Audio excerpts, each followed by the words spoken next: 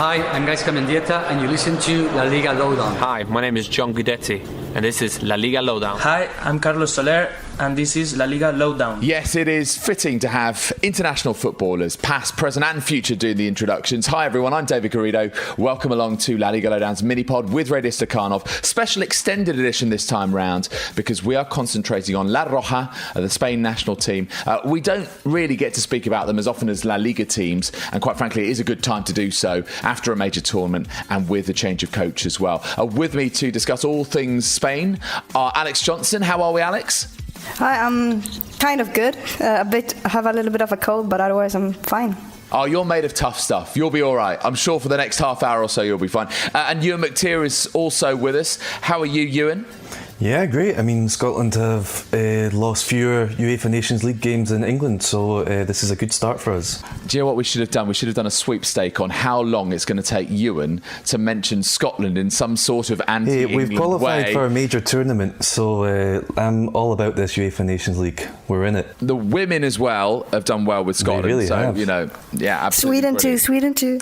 And Sweden too. Colombia, not sure actually. Let me go and check that out and I'll report back on that later. But of course, listen, great to have you both with us. And the main focus of today's mini-pod is Spain's 2-1 win over England, the World Cup semi-finalists at Wembley on Saturday night. So I'll just briefly sum up the game. The starting 11 named by Luis Enrique: De Gea in goal, a back four of Carvajal, Nacho, Ramos and Marcos Alonso. In midfield, Thiago, Busquets, Saúl. A front three of Isco, Rodrigo, Iago Aspas. In terms of the main events of the game, while Spain went behind, Luke Shaw playing in, Marcus Rashford finished past De Gea, but then Spain hit back immediately. Carvajal and Rodrigo combining down the right-hand side, and Saúl it was who finished smartly. Plenty more on him to come. And then England fell asleep at a free kick, really. Spain scoring their second with Rodrigo this time, taking advantage of some poor marking and just sweeping the ball home at the near post. Second half didn't quite match the first, but De Gea made some important saves from his Manchester United teammate Marcus Rashford, and England also had a Danny Welbeck goal ruled out late on for a foul on the Spain keeper. England really turned the screw in the last few minutes. They searched for that equaliser, but it simply wouldn't come. Spain working hard and holding firm in the end. And also just a little note on Luke Shaw. He was stretchered off after an accidental clash with Carvajal early in the second half, but he was conscious afterwards. He was awake, he was alert. He stayed in hospital overnight for further observation. So we wish him all the best in his recovery. Briefly, Alex, what was your overall assessment of Spain? And give them a mark out of 10 for me, please. Well, I think it was a good start under Luis Enrique. I think we could see quite a bit of a change since the World Cup and things like that. So for me, I'd say I would give them a 7. There's still things to improve, but looking at the overall picture, I think they did have a good start under a new coach, and it's against a tough opponent as well as England. Okay, Euan, what about you? How do you assess how Spain performed, and what's your mark out of 10 for Lucho's side? Yeah, I was dead impressed. I'd give them about an 8. Again, I agree with Alex. There was maybe some things with defence. I think with the goal, it was just a really good cross and a good finish from England. I mean, I don't know how you can defend against that. But in the second half, yeah, they were under the cosh a bit, and thankfully David De Gea recovered a bit of his form, which we'll get into later. So yeah, a generally good performance from Spain. Loved their midfield. I'd give them an 8. Do you know what? I'm going to go 8 as well, actually, Euan. I mean, for me, well, sort of looking diagonally across the pitch at Wembley, and for the first half, I was sort of sat behind David De Gea, if you like, so I was seeing them play out and try and dominate the game. And for me, it really felt like a Spain with a Lucho stamp on it already. Energy, intensity, the way that they pressed without the ball, but with direction, with a meaning to it all. That word in Spanish, which we hear a lot if you sort of cover Spanish football, you read Spanish press, vertical, the fact that they were direct in trying to find the path to goal. And actually also, I was really impressed with them without the ball when they were defending in that defensive third, when they were camped in. They had lucha, they had that fight, they had that application of forcefulness. And also, what I found really interesting, I don't know if you guys noticed this on the TV coverage, but he very rarely sat down. In fact, I can't even remember him sitting down at all. And he was encouraging and applauding his players, particularly when they managed to recover the ball. And you really felt that he was trying to impose himself right from the word go on this squad, not just in the game itself, but the days leading up to it. Alex, you mentioned that there was a difference between Spain at the World Cup, that team who underperformed, that team who lost to Russia on penalties, and the Spain who beat England last night. Just flesh that out for me. What was the biggest difference for you? Well, I think it comes down to mainly one thing, and it's the coach. It's Luis Enrique. At the World Cup, the entire thing with how Lopetegui left and Hierro came in, I think made a big of a difference for the Spain squad in both the psychology part, but also on the pitch. And Hierro came in with different ideas than they have had before, played different players than what probably would have been in the starting lineup otherwise. So I think there was a lot of confusion among the players themselves. When it comes to more of the playing style, I think with Lucho it's kind of the same thing as he did when he came to Barcelona, that he came in and he keeps the tiki-taka, if you want to call it that Barcelona played before, and the same with Spain, but he changed it a bit and he makes it more direct, more vertical, and make the team a bit more aggressive without the ball. And I think that's the main things that we've seen the difference at. And also the fact that, for instance, Saúl was playing against England, which was a player that didn't play a single minute at the World Cup and was probably the best player against England. What about you, Euan? Anything to add? Yeah, 100% behind the Saúl praise. I mean, the first article we had up on Marca last night after the game was, the title was Fernando Hierro, one day you will have to explain to us all why Saúl didn't play a single minute at the World Cup. Quite a mouthy headline, but you get the point, and it's so true. I mean, if there's one player who's going to embody Luis Enrique's verticalidad, then it's going to be Saúl Ñíguez. This is a real box-to-box midfielder. He was so good in defence, he won the ball back often, and then going forward he was able to either dribble past midfielders or play that through ball to get it into the strikers or score a goal. So I mean, you just think in that Russia game at the World Cup, when they were passing it back and forth across the midfield, imagine if Saúl had been there, who knows what would have happened. So yeah, I'm all for the new era with Luis Enrique and the new era with Saúl starting for Spain. Okay, let's focus on the midfield then, actually, since we're talking about Saúl. And he earned a lot of praise from Lucho himself after the game, which we'll come on to. But what about the general balance of the midfield? Because we started off with Thiago and Busquets and Saúl. So what did you think about the balance of that midfield? Was it the right midfield to start off with for you, Alex? I think so. What I like with that midfield is that it's very balanced in the sense that you have Thiago, who is a very attacking, offensive midfielder, and then you have Busquets, who's obviously the defensive one, and then you have Saúl, who is both attacking and defensively. So he helps both Thiago in the attack and Busquets in the defensive work. And I think the three of them together works very, very well together. And it was great to finally actually get to see a coach who wants to have this midfield and believes in it. I think it would be very difficult for a player like Pique, for example, to get back into that. Yes, I think that is very true. It's also interesting that the attacking forces that Spain had are also proper workers, aren't they? Look at Rodrigo, look at Iago Aspas. How important is that, do you think, Euan, in terms of actually that energy shown right from the front? Yeah, there was a couple of times where Rodrigo especially put a lot of pressure on Pickford and on the England defenders and really got them to speed the play up and get Spain winning the ball back. And I think in the past we've sort of seen Spain teams, when they do lose possession, they're not too fussed about going after and getting it back until it comes into the final two-thirds. So yeah, this was something new as well. And Isco, I think, deserves a bit of praise for his defensive efforts. I mean, going forward, Isco was Isco. He was turning around. He was getting tackled by 3 or 4 different players at times. They really had to swarm him. It was like a sort of rugby game where you have one guy who's just absolutely massive and you need help to bring him down. That was what Isco was like in a football sense. But when he didn't have the ball, he was such a worker. And I think Isco's not someone who really gets much praise for his defensive contributions. But yeah, he really put in a shift. And obviously you bring on Sergio Roberto later on to sort of shore it up a little bit. And I think Alex is dead right. It's going to be hard for certain players to get back into that midfield, but at the same time, going forward, we know Sergio Busquets is going to be in there for the next game. Do we really know who's going to join them? And we've seen Saúl have a great game. We don't know. He's a young guy. I think there'll still be some changes to come for Luis Enrique as he sort of experiments with this new team. I did notice this score, particularly in the second half, when Spain had to do some defensive work. The games had petered around 75 minutes, and then England decided to have another go. And I think one of the most important thing was just being the outlet so that he could hold the ball up for a bit and then maybe earn that foul and maybe eat some time up. And there's another 30 seconds that go, another minute that goes, and you're managing to get towards full time. You felt that actually everyone understood the sort of mentality and what was being demanded of them. And what about the defence though, Euan? Nacho instead of Albiol at centre-back, because I remember you were on the La Liga Lowdown Twitter account on the eve of the game and you managed to tweet the Luis Enrique 11 that he used in training that day. There were changes and it was Nacho instead of Albiol. How did they acquit themselves against England's pacey and also very skillful forward players?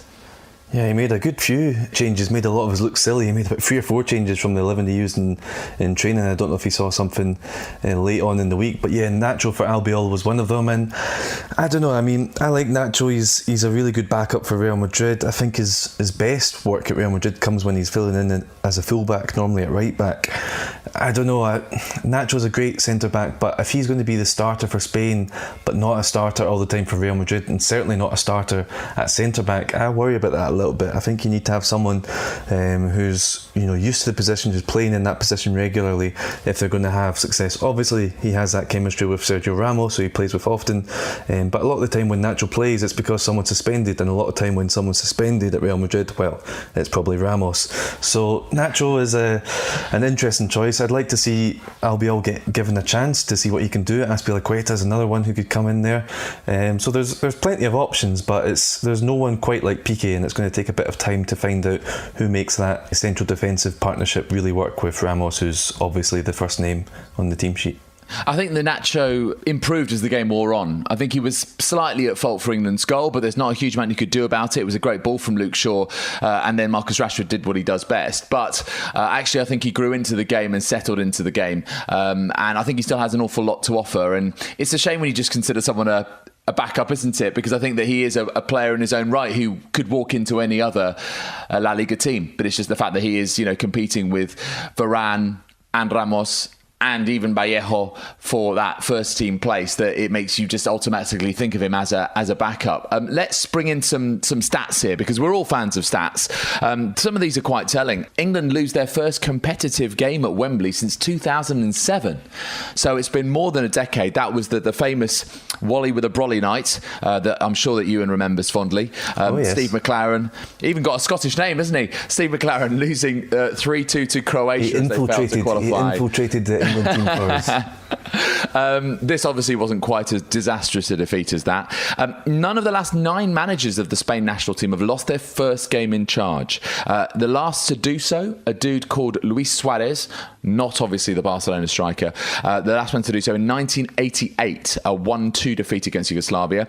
This was interesting, and Alex, you alluded to this before as well, about the ability to retain the ball. It's not like Spain have forgotten how to do that or just ditched it. 8 of Spain's 10 starting outfield players had a pass completion rate of over 90%, and Isco completed 73 of 74 passes, which is still extraordinary. And here's one that Alex actually tweeted from the La Liga Lowdown account herself. Spain have won an international game at Wembley for the second time, both of those victories featuring a Marcos Alonso in the team. Father in 1981 and son in 2018. And in terms of Lucho, well, yes, I think he does deserve the praise. He said he was very happy that there were things to improve, that they had chances to win it even more easily, went for the third goal, and that he loves that mentality too.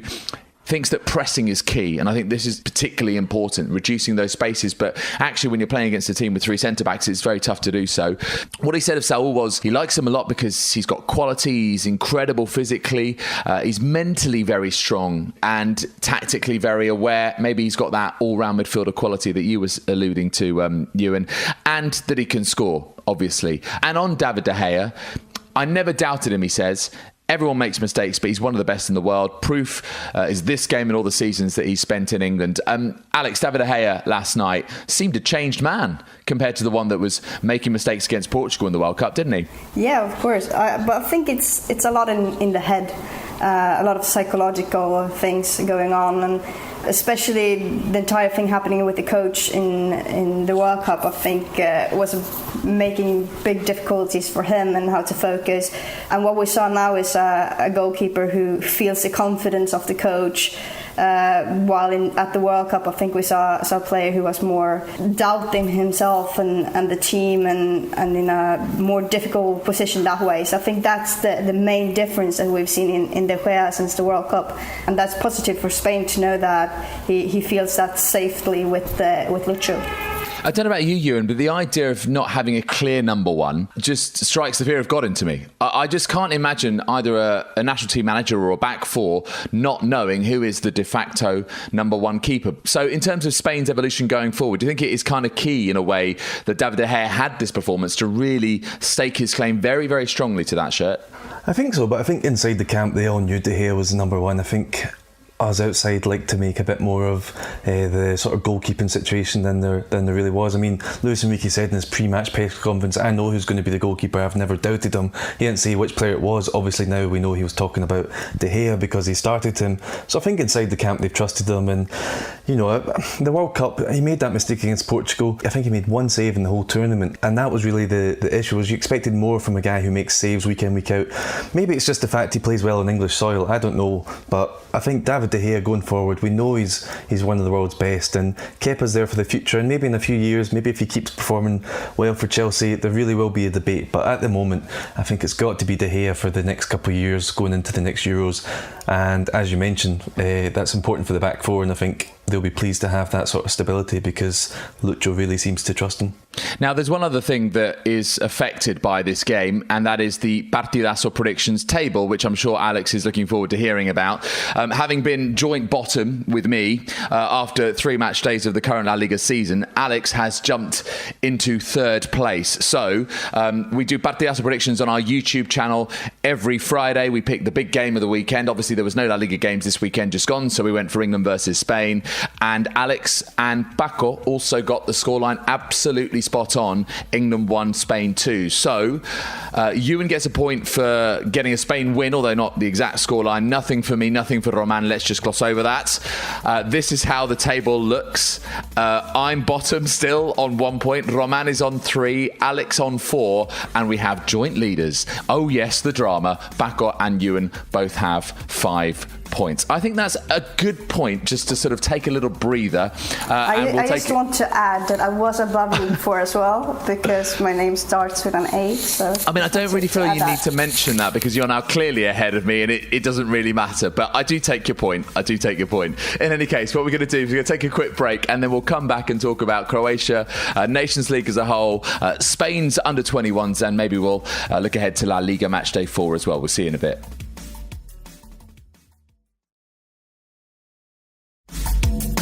Welcome back, everyone. You are listening to La Liga Lowdown's mini-pod with Radio Stakhanov. It's David Garrido here with Euan McTear and Alex Jonson as well. We have discussed Spain's 2-1 win over England at Wembley in some detail as part of the new UEFA Nations League. First game in League A Group 4. First test passed by Luis Enrique.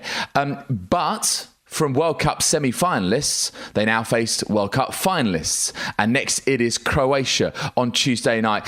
Euan, what sort of challenge do you expect Croatia to pose, and how it'll be different to what Gareth Southgate's side offered against Spain? Yeah, it's going to be interesting. Obviously, Croatia are now the away team, so you'd expect them to be a little bit more defensive than maybe England were. It's going to be hard to know what to make of Croatia, because after the World Cup there were so many players announced their international retirement, which I guess makes sense. If you've got to a World Cup final with Croatia, what more can you really do in international football? So I think we're going to see a bit of a different looking Croatia team from what we saw in Russia, but we know they are going to dominate the midfield. They've got so many good passers in there. They're going to be able to keep the ball there, and that's going to be really interesting to see how Spain's midfield can do against Croatia's midfield, because Spain won so many balls against England. I think it was 32 they recouped in that game, but most of them were, as we were sort of talking about before, they were high up the pitch or they won the ball in defence. They're really going to have to try and do it in midfield against Croatia, and that's going to be an interesting test. So I think this game's going to be played out a little bit more in the midfield than the one we saw at Wembley. Yeah, I do get the sense it's, again, it'll be decided in the middle of the park. With that in mind, Alex, are there any changes that you'd like to see? Are there any players you'd like to see put into that starting 11 to try and combat what Croatia have? Personally, I really liked the lineup that Lucho had against England, but I do think we're going to see changes. I'm not sure which ones, but the feeling I've got from Luis Enrique since he took over Spain is that he wants to give his players a chance to prove themselves, and there's not many players that have set spots in the starting lineup. Not even in the squad, as for instance we saw that Thiago Aspas wasn't even in the squad and then he was in the starting lineup, which proves that Lucho looks a lot at what they're doing in the training sessions and gives every player the chance to prove themselves to get the chance, and I really like that, and so I do think we're going to see a few changes, a few players getting the chance to show why they should be in the starting 11. So as I mentioned, this is part of the new UEFA Nations League. It's now a tournament, essentially, almost like a qualifying tournament, designed by UEFA to make friendlies more competitive and meaningful. Now, does anyone want to have a stab at explaining exactly how the UEFA Nations League works in all its complicated sort of, design, let's say? Well, I could try. All right, Alex, you put your hand up. You put your hand up. Right, Yeah. okay, you've got a minute. Go. How does it work? So there's 55 countries, UEFA countries, who have been placed in 4 different tiers. You have A, B, C, and D, and it's 4 groups in each. They play each other twice, once at home, once away. And if you win the group, then you go up 1 level. So if you're in B and you win your group in B, you go up to League A. If you're lost, you go down 1 level. Then the 4 league winners of the A leagues, so there's 4 groups in each league. So the 4 teams that win their group in A, they go to a playoff, a final 4, so to call. The winner there is the champions of the National League. Okay. And then, so far, quite easy. Yeah, that's just the top league, and then the top teams that win the groups in the top league, they all go off into this little final 4, and then they play off, and then someone lifts a trophy somewhere next. So, summer. Alex, how does this help Scotland qualify for a tournament? What happens now? That's what I'm going to explain to you now, Euan. So you have the normal qualifying for the European Championship, that is like it normally looks like, but there's 4 spots that are left, and that's the 4 spots you can get through National League. So how do you decide who gets those spots? So all the 16 teams who win their group in A, B, C, and D qualifies for a playoff. But since 20 teams have already qualified for the European Championship, those teams falls off. So if those teams take the qualification for one of those spots in the National League, that spot goes to the team that is below them. Okay, so for example, let's say this group that England, Spain, Croatia are in. Let's say Spain win the group. Let's say Croatia finish second. If Spain have already qualified through the normal procedure for Euro 2020, but Croatia haven't, then Croatia are the team who go into this extra qualifying playoffs. Is that right? Exactly. Right, okay. So then what happens? So you've got 4 playoffs of 4 teams. How do you then decide who ends up getting the 4 spots that have been left over for qualification? So then there is a 4 knockout phase that decides who will progress, what 4 teams will end up taking these last spots. Okay, so it's going to be semi-finals and final, and then basically of all of those brackets, if you like, the one who emerges victorious from each of those 4, those are the 4 that end up going to Euro 2020. Exactly, and that's how Scotland might, probably not, have no chance to Clear go to Euro. as mud. Do you know what? I mean, that was an excellent explanation. That's one of the clearest ones that I've heard. When I went to an event, I think it must have been, I don't know, a year ago, maybe even more than that, and I heard someone from UEFA try and explain it, it was not as clear as that. So maybe you need to go and speak to UEFA and say, hey, do you need someone to explain this for you? Because I've got this down, it's fine. I can explain your tournament to you if you want. Yeah, exactly. Well, I mean, fingers crossed that Spain won't need the UEFA Nations League route to go through to Euro 2020. I doubt that they will. And good luck to La Roja against Croatia. And also, as we switch tack, congratulations to La Rojita, who are through to next year's European Championship. They managed to win 3-0 in their latest qualifying game, and it was basically picking up from where they left off. In March, they beat Estonia 3-1, but in this game, recently they beat Albania by 3-0 with goals from Real Sociedad Mikel Oyarzabal, also Real Madrid's Borja Mayoral on loan at Levante, and Rafa Mir, formerly of Valencia, now with Wolves and on loan at Las Palmas. And so what it means is they have qualified for Euro 2019, the under-21s version of that tournament, which is taking place in Italy and San Marino next year. And in terms of the actual qualifying campaign, 16 goals in the last 4 qualifiers. Borja Mayoral actually scoring 7 of those in those last 4 games. 7 wins in a row overall. They qualify with 3 games to spare. Euan, let me come to you on this one. The last time that the under-21s played in a major tournament, it was Euro 2017. They got to the final. They lost to Germany. How does this squad that they're honing now for the next major tournament compare to the one that got to the final of the last major tournament? Yeah, it's quite similar. I mean, you can definitely see some of the players who are in line for a move up to the senior team in a few years. You've got obviously Mikel Oyarzabal in there, Carlos Soler as well as another fine talent, and that was quite similar with what we saw a couple of years ago in Germany. And you look at some of the players who were there who have now moved up into the senior squad. I mean, you had Kepa, Saúl obviously, Asensio, Ceballos. There's a lot of players there who it really was a stepping stone. I think for a lot of countries, the under-21s isn't really a stepping stone. There isn't really a progression from that team into the senior team. But Spain seem to be keen to do that, and I think it's going to be interesting to see which of these players and how many of them can really make that step up. Okay, so let's just move this a step on, shall we, and talk about players who are coming into this squad. Who do you think is the most striking young talent that's emerging right now, Alex? There's several for sure, but for me, one of the players that I think we should look out for, especially coming up for La Roja, is Pablo Maffeo, who's already, I guess, a few people know about from what he's been doing with Girona, but it's a defender who clearly is on a very, very high level, and that I think will be one to look out for. Okay, Euan, any thoughts on young talent who are coming through that might well be making a mark, not just in La Liga? I mean, obviously Pablo Maffeo right now is over in Stuttgart playing in Germany. So who do you think we should be keeping an eye out for?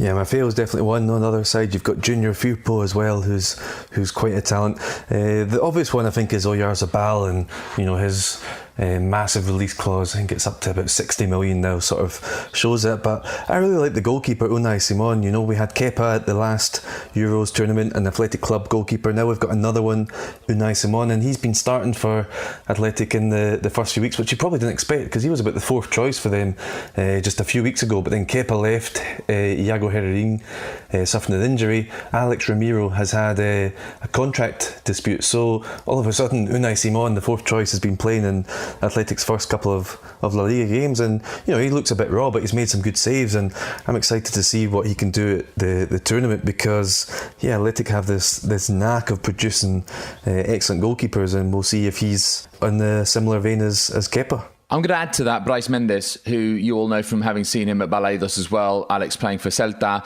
Marc Roca, who we know through our recent exclusive interview that we did on La Liga Lowdown on our YouTube channel, who's recently been called up to the under-21s and is really finding his feet in that Espanyol central midfield. He's such a pivotal piece of the jigsaw for Rubí and what they're trying to do at the Catalan club. And also, I think Toni Lato deserves a bit of a mention here. I think the thing is that because he sat behind José Luis Gallá at Valencia, that you sometimes forget that he's there, but he has played, and in fact actually played against I think it was Real Madrid last season when they doubled up the left backs and went with Lato and with Gallá.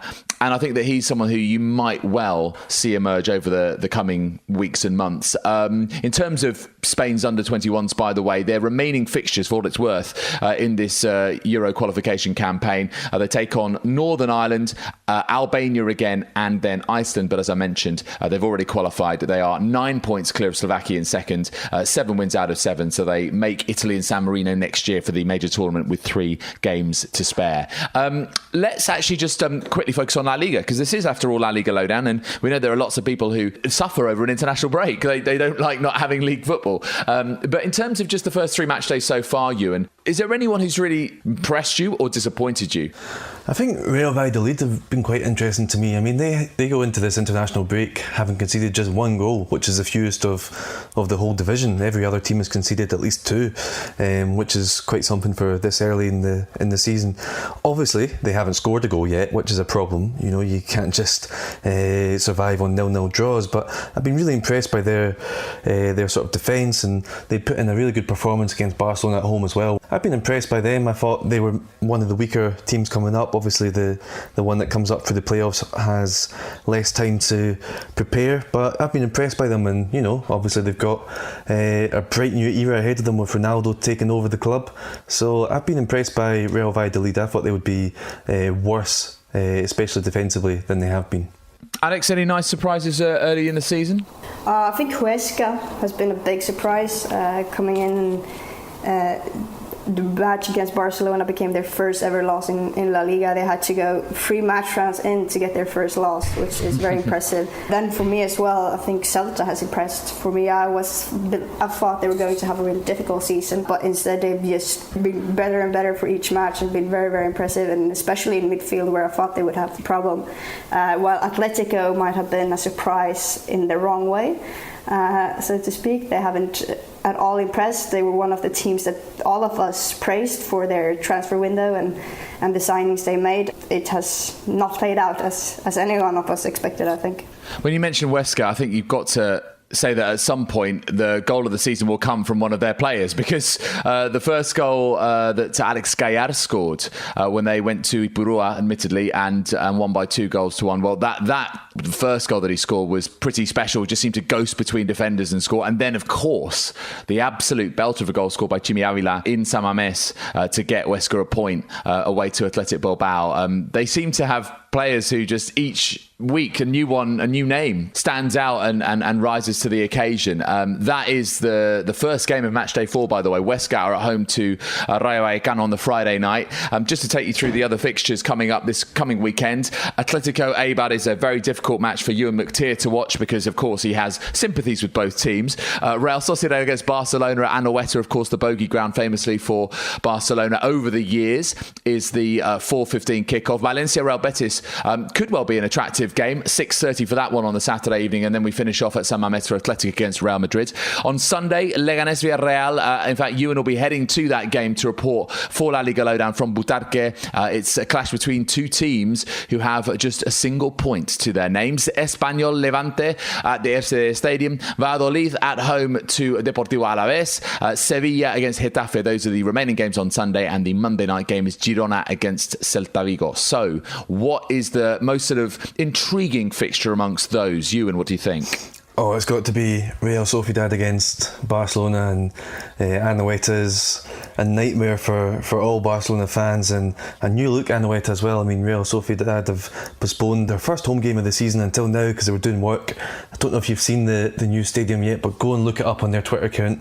It looks amazing. They've almost completely done away with the running track. It looks really exciting. It should be even more intense, and I'm excited to see how Barcelona cope with basically their bogey fixture of the season. So that's going to be one to watch. And obviously later that night across the Basque Country, Athletic Club Real Madrid. I mean, that's always quite a special one too. So yeah, I'll be eyes on the Basque Country on Saturday. Okay, what about you, Alex? What do you think? Well, I agree with Ian. I think another one is Valencia Betis. It feels like it's going to be a very exciting and very fun match to watch, and hopefully a lot of goals. It can go either way with Betis as always, but I think it's going to be a match with goals, and that's what I look forward to. Yeah, I mean, I tell you what, that whole Saturday looks pretty good, doesn't it? Atletico at home, then the game at Anoeta, then a Mestalla for Valencia Betis, and then you finish off, as we mentioned, at San Mamés for Athletic Club versus Real Madrid. Well, of course, we'll be building up to it, and we will pick one of those games on Partidazo Predictions this coming Friday. Not sure which one yet. My goodness, which one's it going to be? Who knows? But make sure that you subscribe to our YouTube channel if you want to find out. youtube.com/C/La Liga Lowdown. If that's too much to remember, that's fine. fine, don't worry. Just simply put La Liga Lowdown into your search engine. You'll find us that way.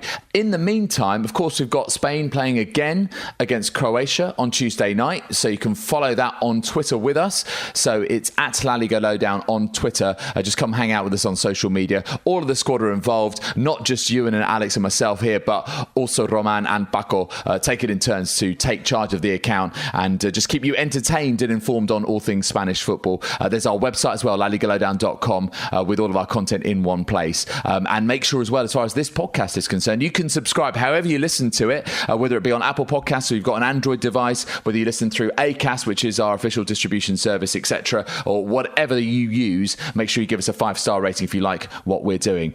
My thanks to Alex Jonson and Euan McTear for being with me on this podcast. Hope you've enjoyed it, guys. Always. Yeah, for sure. And thanks to you guys for listening as well. This is La Liga Lowdown. We'll see you next time.